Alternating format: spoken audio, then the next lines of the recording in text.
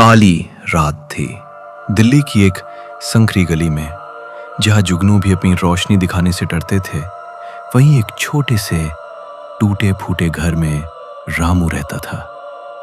रामू के पास कुछ नहीं था सिवाय अपनी माँ के दिए हुए फटे पुराने कंबल और काली माँ में अटूट श्रद्धा के। वो हर रात माँ काली के एक छोटे से चित्र के सामने बैठकर अपनी सारी मुश्किलें बयान करता और कहता, माँ, कब बदलेगी मेरी किस्मत? कब मिलेगी मुझे इस गरीबी से मुक्ति? उस रात भी रामू ने दिया जलाया और माँ काली की स्तुति करने लगा। उसकी आवाज में एक अजीब सा दर्द था, एक ऐसी पुकार जो शायद सीधे माँ के हृदय तक पहुंच रही थी। वो रोने लगा, माँ, आज भी घर में अनाज का एक दाना नहीं है। मेरी माँ बीमार है और मेरे पास इलाज के लिए एक पैसा भी नहीं है। क्या मेरी भक्ति इतनी कमजोर है कि तू मुझे देख नहीं सकती?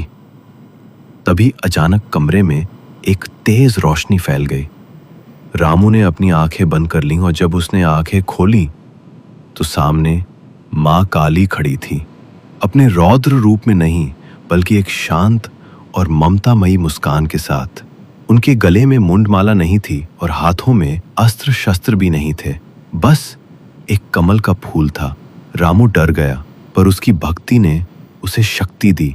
वो घुटनों के बल बैठ गया और बोला, माँ काली ने अपनी मधुर वाणी में कहा, उठो मेरे भक्त, मैं तुम्हारी पुकार सुनकर आई हूं।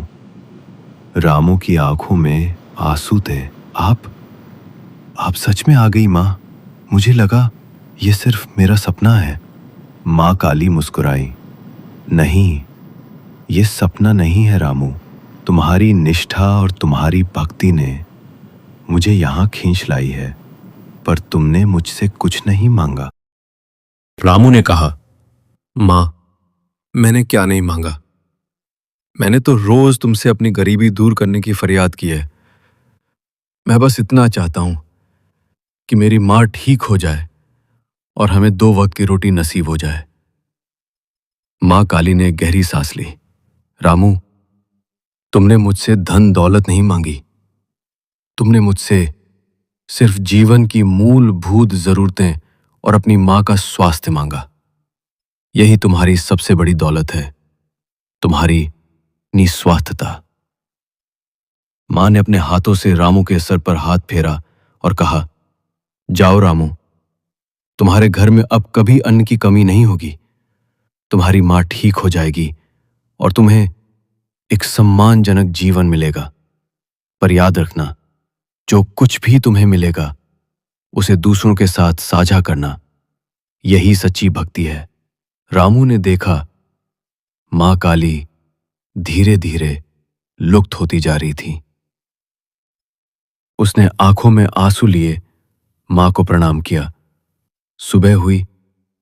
रामू ने देखा कि उसके घर में अनाज के बोरे भरे पड़े थे। उसकी माँ भी उठकर बैठ गई थी और बिल्कुल ठीक थी। रामू ने तुरंत कुछ अनाज निकाला और पड़ोस में भूखे बैठे लोगों को दिया। उसने एक छोटी सी दुकान खोली जहां वो ईमानदारी से काम करता था। धीरे धीरे उसकी दुकान चल पड़ी और वो एक सम्मानित व्यक्ति बन गया। रामू कभी नहीं भूला कि उसे ये सब कैसे मिला था। वो हमेशा जरूरतमंदों की मदद करता और हर रात उसी दिए के सामने बैठकर माँ काली का धन्यवाद करता था, जिसने उसे सिर्फ धन नहीं बल्कि जीने का सही रास्ता भी दिखाया था। उसकी भक्ति ने उसे सिर्फ गरीबी से नहीं बल्कि अज्ञानता से भी मुक्ति दिलाई थी। क्या आप माँ काली से जुड़ी कोई और कहानी सुनना चाहेंगे?